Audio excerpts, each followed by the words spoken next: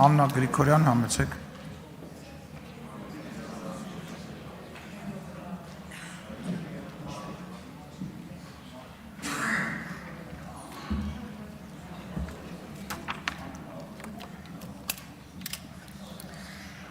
Սիրելի հայրենակիցներ, մի փոքր առաջ պատգամավորներից մեկը Տիկին Հասմիկ Հակոբյանը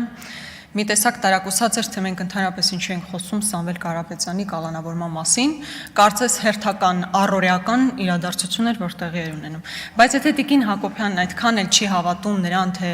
իսկապես ինչ մեծ ներդրում է ունեցել Սամվել Կարապետյանը հայ ազգի, հայ ժողովրդի համար, ես վստահ եմ, որ հիմա այս ձայնագրությունը լսելուց հետո մի փոքր ձեր հավատը կավելանա։ Եթե հայկական կապիտալը հայրենիք չունի, ինչու են Սամվել Կարապետյանը և Ռուբեն Վարդանյանը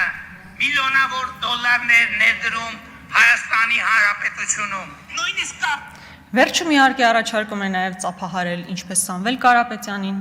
այնպես է Ռուբեն Վարդանյանին։ Ես գիտեմ ինչու են իրենք ներդրում արել Հայաստանի Հանրապետությունում և Արցախում, որտեղ Հայաստանի Հանրապետությունը և Արցախն իրենց հայրենիքն է և նրանք սիրում են իրենց հայրենիքը։ Իսկ ինչու է հիմա Սամվել Կարապետյանը այս իշխանության օրոք կալանավորված և ինչու է Ռուբեն Վարդանյանը Ալիևի ռեժիմի օրոք կալանավորված, այդ հարցի պատասխանը ես ևս գիտեմ, որովհետև դուք երկուստ էլ ատում եք հայ ժողովրդին և հայկական պետականությունները, ինչպես Հայաստանի Հանրապետությունը, այնպես էլ Արցախը։ Վերջերս մի գրառում հայտնվեց, հիմա ես իմ ձևով կմիջամտեմ։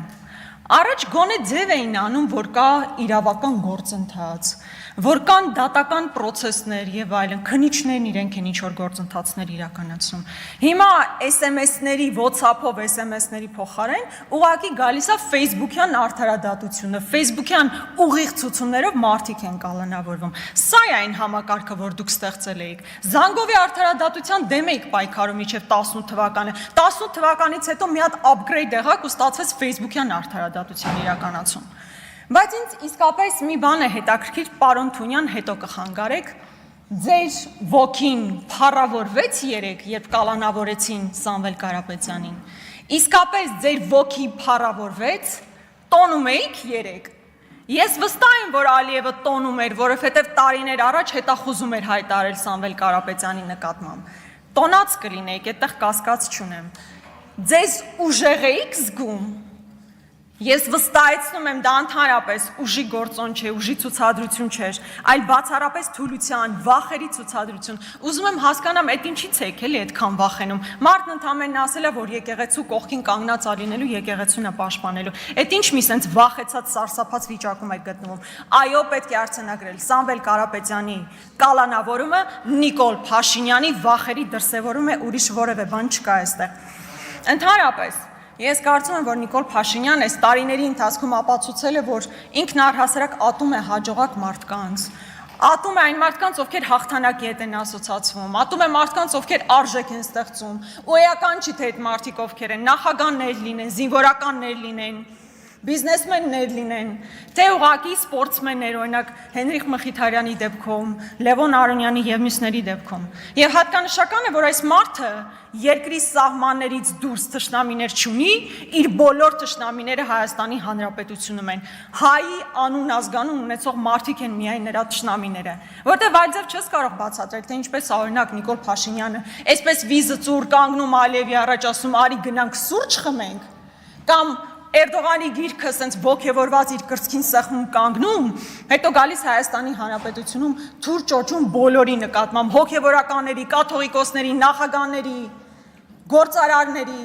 Պարոն Սուքիասյան, ձեզ դուր է գալիս այս իրավիճակը, երբ գործարարներն են այսպես թիրախավորվում։ Վստահ եմ, որ դուր չի գալիս։ Բայց ես կարծում եմ, որ բոլորն էլ իրենց կարծիքը այստեղ պետք է հայտարարեն այդ մասով։ Եկեղեցու նկատմամբ տեղի ունեցողը ազգային ինստիտուտը ոչնչացնելուն միտված քայլ է, ուրիշ ոչինչ։ Սիրելի ժողովուրդ, հանկած չմոլորեցվեք այն պնդումներով, որ սրանք առանձին անհատների, առանձին հոգևորականների կամ կաթողիկոսի հետ քննարկումներ են։ Սա մեր ազգային ինստիտուտը ոչնչացնելու հարց է։ Վաղը կարծես թե Նիկոլ Փաշինյանը Թուրքիա է մեկնում։ Գող կլինեն այնտեղ ձեզանից։ շատ գոհ կլինեն, վստահ եմ գոհ կլինեն։ Նախ այստեղ իհարկե կարևոր է հասկանալ Թուրքիա գնալը ինչ օրակարգ ունի, այնտեղ ինչ է քննարկվելու։ Բայց քանի որ շատ է խոսում նաև սրբապղծություններից, ես ուզում եմ ասել, թե ինչն է ինձ համար սրբապղծությունը։ Սրբապղծություն է այն, որ միայն նրա համար, որ ձեզ դավաճան չասեն, միայն ձեր մաշկի կաշվի փրկության համար, հազարավոր տղաների կյանքը դրեցիք զոհասեղանին։ Միայն նրա համար, որ ձեր կաշին փրկեք։ Սրբապղծություն է, երբ տասնյակ կիլոմետրերով Լրություն դալիճ։ Լրություն, նախազգուշացում, Նարեկ։ Սրբապղծություն է, երբ Նիկոլ Փաշինյանին միանձնյա հրամանով տասնյակ կիլոմետրերով մեր զորքը ետ է քաշվել, անպաշտպան թողնելով, այո, եւ հարվածի տակ թողնելով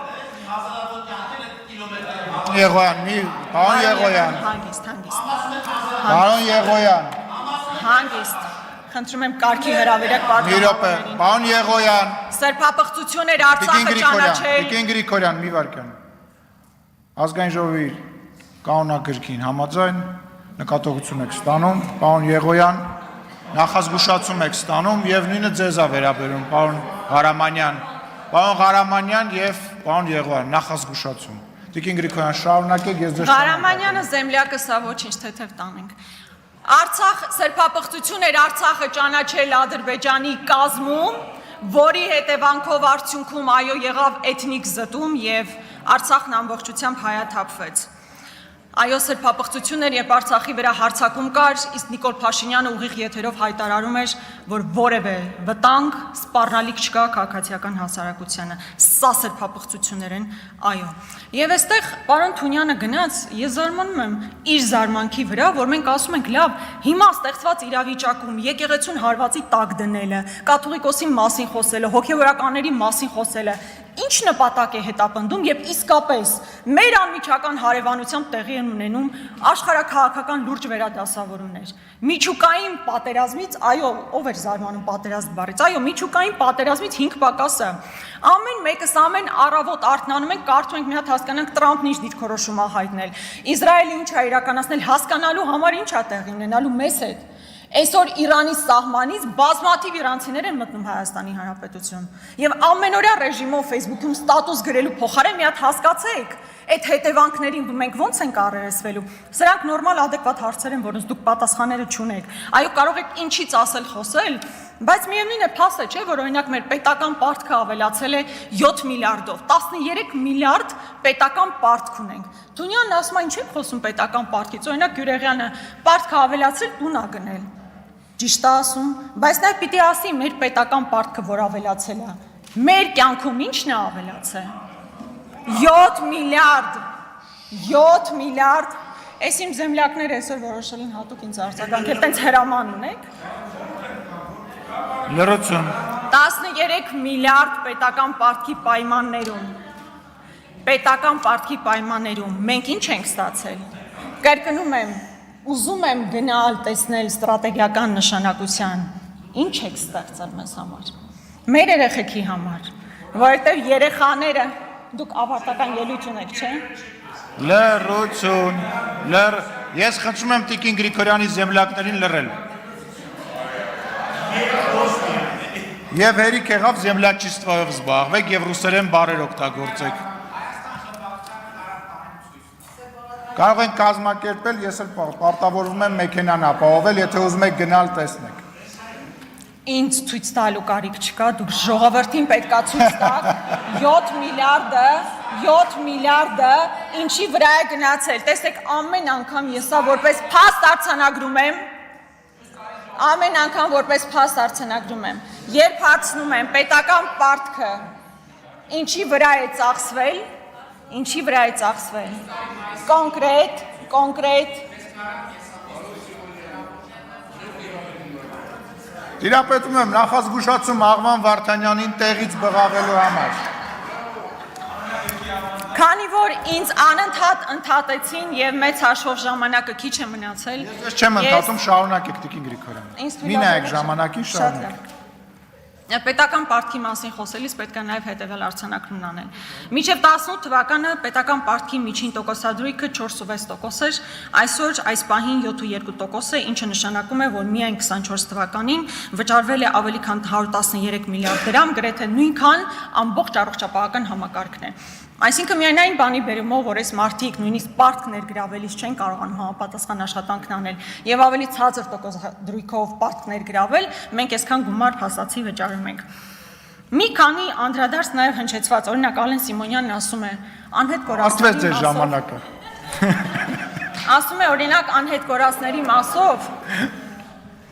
անլրջացրեցիք։ Դուք դահլիճում եք Տիկին Գրիգորյան, անհետ կորածների ժամանակ, ես դա Անհետ կորածների մասով մենք մշտական կապի մեջ ենք։ Ասում եք գնա կնկարվեք անցնեք։ Անհետ կորածների ընտանիքներն այս վիճակում կներեք, որ իշխանության օրոք են հայտնվել։ Բայց ձեր իշխանության օրոք են այս մարդկանց երեխաները անհետ կորել։ Դուք պարտականություն ունեք վերադարձնելու կամ մասունքները կամ տեղեկատվություն տալու, որ չեք արել, եկել եք ու ինչ ասում։ Դուք դահլիճում եք եղել, միայն վերջի պատերազմի ժամանակ անհետ կորածները չէին, նաև 90-ականներին էին ներկայացված, խնդրում եմ ասելուց գոնե ճիշտը ասեք, էլի։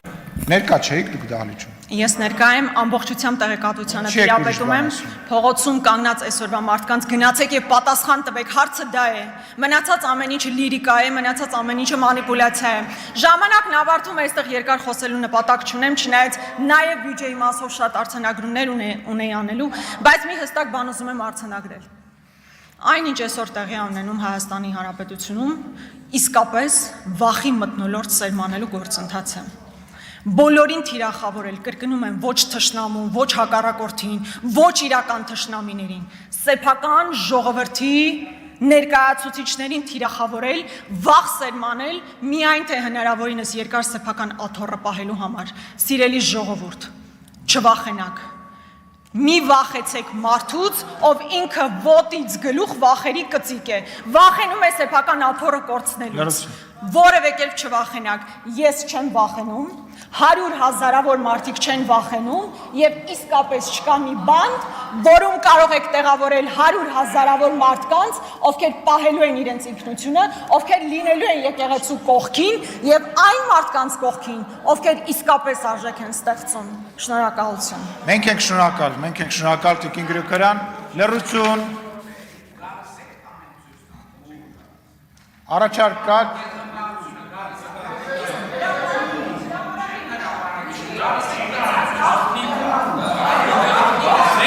Լավ, դահլիճում լրություն, պարոն վարչապետ, դրա մասին ելույթի ժամանակ։